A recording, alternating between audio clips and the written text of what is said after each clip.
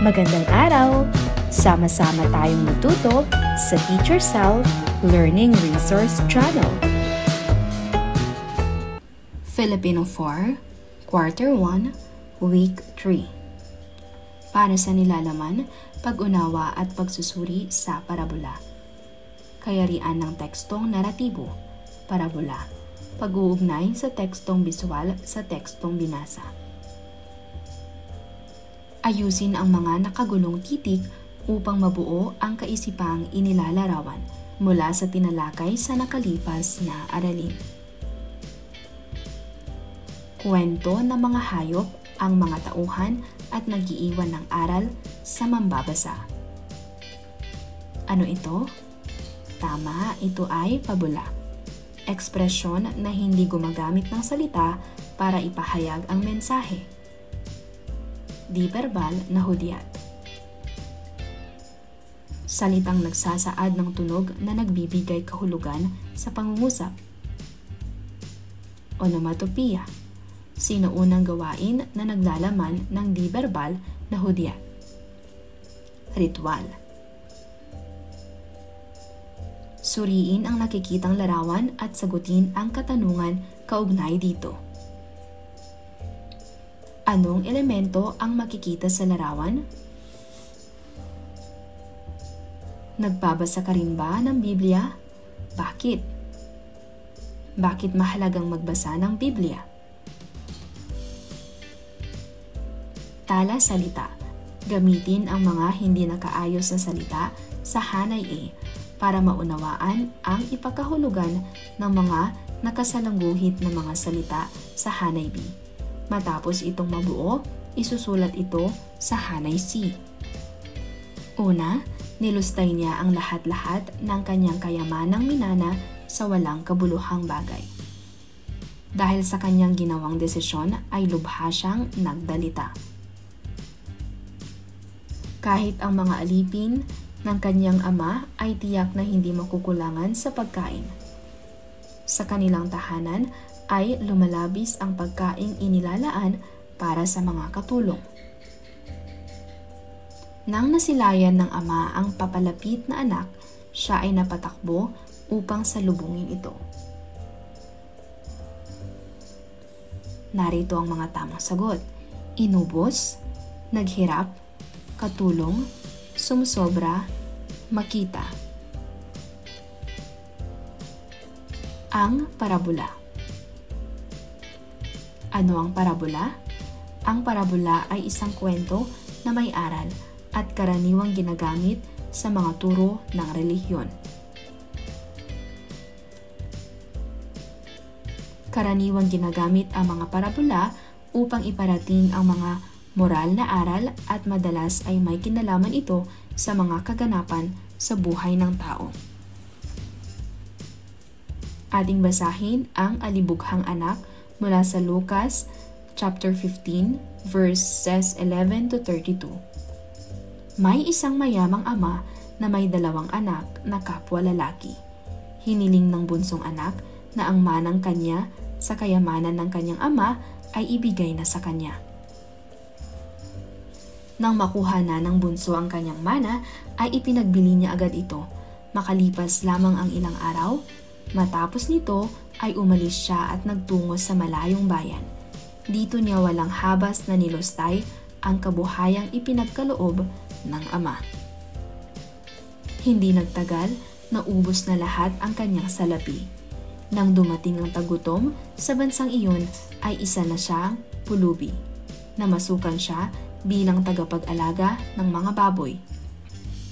Dahil sa gutom, nais na niyang kainin pati pagkain ng mga baboy na alaga niya.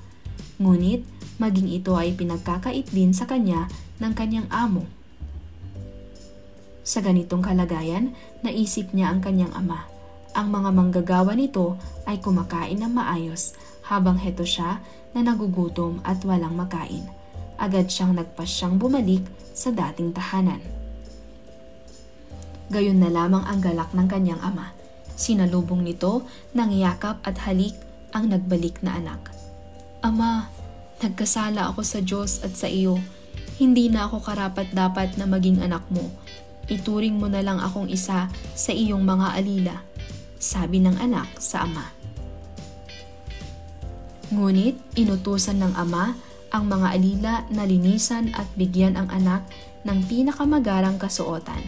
Ipinasuot din niya rito ang isang mamahaling singsing at binigyan ng sapatos para sa kanyang mga paa.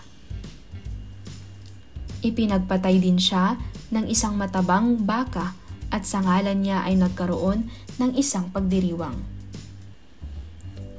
Ang anak ko ang nawala at ngayon ay nagbalik. Ipagdiriwang natin ang kanyang pagbabalik, ang sabi ng nagagalak na ama. Namangha ang nakatatandang kapatid nang dumating siya sa kanilang tahanan. Itinanong niya sa isang katulong kung ano ang sanhi ng pagdiriwang. Nang malaman niya ang sanhi ng kasayahan, ay gayon na lamang ang kanyang galit, kaya't di napigilan ang kanyang sarili at sinumbatan ang ama. Akong masunurin ninyong anak na buong katapatang naglilingkod sa inyo ay hindi nyo na ipagpatay kahit isang guya man lamang. Ngayong dumating ang alibughan ninyong anak na lumustay ng inyong kayamanan ay gugugol kayo ng malaki at magdiriwang. Sumagot ng marahan ang ama, Anak ko, ikaw ay lagi kong kapiling. Ang lahat ng akin ay iyo. Tayo ay nagsasaya ngayon sapagkat ang kapatid mong namatay ay muling nabuhay. Siya ay nawala at muli nating nakita. Sino-sino ang mga tauhan sa parabola? Ang mga tauhan sa parabola ay ang ama, ang bunsong anak, ang panganay na anak, at ang mga katulong. Ano ang kahilingan ng bunsong anak sa kanyang ama? Hiniling ng bunsong anak na ibigay sa kanya ang kanyang bahagi ng mana kahit buhay pa ang kanyang ama. Ilarawan ang naging buhay ng bunsong anak nang maubos na ang kanyang mana. Naging mahirap ang buhay ng bunsong anak. Nagutom siya at napilitang magtrabaho sa pagpapakain ng baboy, kaya naisipan niyang bumalik sa kanilang tahanan. Paano tinanggap ng ama at ng panganay na kapatid ang pagbabalik ng bunsong anak at kapatid? Masaya at buong pusong tinanggap ng ama ang pagbabalik ng kanyang anak. Ngunit ang panganay na kapatid ay nagalit at nagselos sa tuwa ng kanilang ama. Anong mga katangian ng iyong ama o ina ang sumasalamin sa katauhan ng ama sa akda? Paano mo pinahahalagahan ang mga pag-aaruga sa iyo ng iyong mga magulang?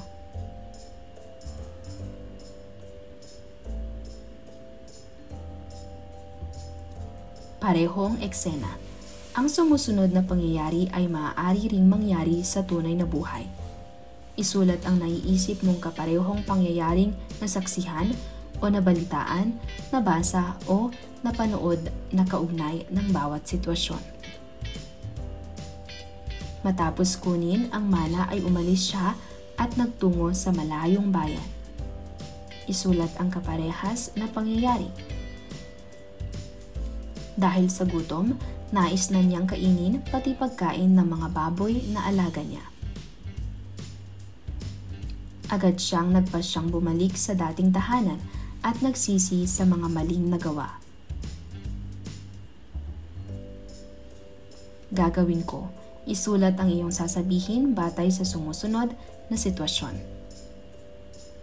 Nakita mong nahihirapan ang iyong nanay sa pagbubuhat ng kanyang pinamili sa palengke. Dali-dali kang lumapit sa kanya. Ano ang iyong sasabihin? Nanay, ako na po ang magbuhat ng mga pinamili ninyo para hindi na po kayo mahirapan. Nagsusulat ka sa iyong notebook ngunit nagkamali ka. Wala kang dalang pambura kaya hihiram ka sa kaklase mo. Ano ang sasabihin mo sa kanya? Pwede ba akong makahiram ng pambura? Nagkamali po ako sa sulat ko. Nakita mong maraming papel ang nagkalat sa bahay nyo. Kagagawan pala ito ng iyong kapatid. Ano ang sasabihin mo sa kanya? Kapatid, sana po ay huwag ka nang magkalat. Tumulong tayong panatilihing malinis ang ating bahay. Kaugnay na paksa bilang 2, tekstong biswal. Ang tekstong biswal ay isang uri ng teksto na gumagamit ng mga imahe, larawan, grafiko, diagram, chart o iba pang visual na elemento upang magbigay ng impormasyon, magpaliwanag ng konsepto o maghatid ng mensahe. Aking masasabi, isulat ang iyong sasabihin batay sa mga sumusunod na larawan mula sa binasang parabolang Ang Alibughang Anak. Isaalang-alang ang paggamit ng angkop na wika batay sa edad, kasarian, paksa at kultura sa iba't ibang sitwasyon. Una, kinukuha na ng anak ang kanyang mana sa ama. Ama, nais ko pong kunin ang bahagi ko sa ating ari-arian. Sana po ay inyong ipagpaumanhin ang aking kahilingan. Inuutusan mo ang iyong kasama sa bahay na bigyan ka ng maiinom.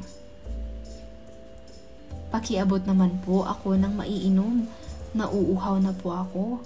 Salamat. Humihingi ka ng tawad sa iyong tatay dahil sa iyong kasalanang nagawa. Tay, patawarin niyo po ako sa nagawa kong pagkakamali. Nangangako po akong hindi ko na ito uulitin.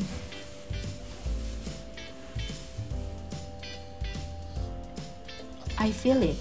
Sagutin ang sumusunod na tanong sa iyong kwaderno. Ano ang gintong aral na nakuha mo mula sa kwento? Ano ang naramdaman mo sa sumusunod na pangyayari? Pagkuha ng bunsong anak sa kanyang mana, paglustay nito sa masasamang bisyo. Pagsisisi ng bunsong anak dahil sa sobrang kahirapan, maluwag na pagtanggap ng ama sa nagbalik na anak. Pagtatampo ng nakatatandang kapatid. Ating talakayin ang hugnayang pangungusap. Ang isang hugnayang pangungusap ay binubuo ng isang sugnay na nakapag-iisa at isa o higit pang sugnay na di nakapag-iisa na magkaugnay. Pinag-uugnay ito ng pangatnig na di magkatimbang, tulad ng dahil, kung, nang, bago, upang, kapag, sapagkat. Kakikitaan ito ng relasyong sanhi at bunga. Halimbawa, nais na niyang kainin pati pagkain ng mga baboy na alaga niya dahil sa gutom. Sasama si Sandy sa picnic kung sasama din si Leomar. Ugnay-hugnay. Kilalanin ang kasing kahulugan ng salitang may salungguhit mula sa iba pang salita sa loob ng pangungusap. Bumuo ng hugnayang pangungusap gamit ang nasalangguhitang salita. Sa kanilang tahanan ay labis pa ang mga pagkaing inilaan para sa mga katulong. Sa sobrang dami ay hindi nila ito maubos. Kasing kahulugan, sobra. Pangungusap, labis ang galak ng kanyang ama nang siya ay bumalik. Pangungusap, labis ang galak ng kanyang ama nang siya ay bumalik. Nilustay niya sa mga walang kabuluhang bagay ang kayamanang kahit kailan ay hindi winaldas ng kanyang ama. Winaldas, nilustay niya ang kanyang mana sa bisyo kaya't winaldas lamang niya ang kayamanan ng kanilang pamilya. Lubhang nahabag ang ama nang makita ang anak. Naawa siya sa kalagayan ng kanyang pinakamamahal na anak. Naawa, nahabag ang ama sa kalagayan ng anak, kaya't naawa siya at agad itong niyakap. Natanaw ng ama ang papalapit na anak. Siya ay napabalikwas nang nasilayan ito. Nasilayan? Nasilayan ng ama ang anak sa malayo, kaya't nakita niya agad ito mula sa malayo at siya'y napatakbo. Tala tuklas. Pagsunod-sunurin ang mga pangyayari batay sa nabasang teksto. Lagyan ng bilang 1 hanggang 5 ang patlang. Matapos paubos ang pera, naranasan niya ang mamuhay ng mag-isa at halos walang makain. B. Wala siyang ibang ginawa kundi ang magsugal magbisyo at maglustay ng pera. C. Hiniling ng anak na ibigay ang kanyang mana upang makapamuhay mag-isa. D. Buong yakap na tinanggap ng ama ang kanyang suwail na anak. E. Naisip niyang bumalik at humingi ng tawad sa kanyang ama. Narito ang mga tamang sagot. Alam ko na, ibigay ang mahalagang natutuhan sa mga tauhan sa binasang parabola, batay sa makikitang larawan. Alibughang anak, ama, nakatatandang kapatid. Narito ang maaaring maging kasagutan. Para sa alibughang anak, masaya at buong pusong tinanggap ng ama ang pagbabalik ng kanyang anak. Ngunit ang panganay na kapatid ay nagalit at nagselos sa tuwa ng kanilang ama. Ama, ipinakita niya ang tunay na pagpapatawad, pag-unawa at walang kondisyong pagmamahal sa kanyang anak kahit ito'y nagkamali. Nakatatandang kapatid, mahalaga ang pagpapakumbaba at pagtanggap. Hindi dapat mainggit o magtanim ng galit. Sa halip ay matutong magpatawad at magalak para sa pagbabago ng iba. Dugtong dunong. Dugtungan ang mga sumusunod na pahayag upang mabuo ang pangungusap na hinihingi. Huwag maging sakim dahil ang pagiging makasarili ay nagdudulot ng hindi pagkakaunawaan at pagkasira ng samahan. Makakatapos ako sa pag-aaral kapag ako ay nagsikap, nagtiyaga at sumunod sa mga tagubilin ng aking mga guro at magulang. Sumunod sa payo ng mga magulang upang maging maayos ang kinabukasan at makaiwas sa kapahamakan. Hindi dapat mainggit sa kapatid sapagkat bawat isa ay may kanya-kanyang biyaya at panahon ng tagumpay. Mahalin ang magulang bago sila mawala at pagsisihan ang mga pagkakataong hindi na ipakita ang pagmamahal sa kanila.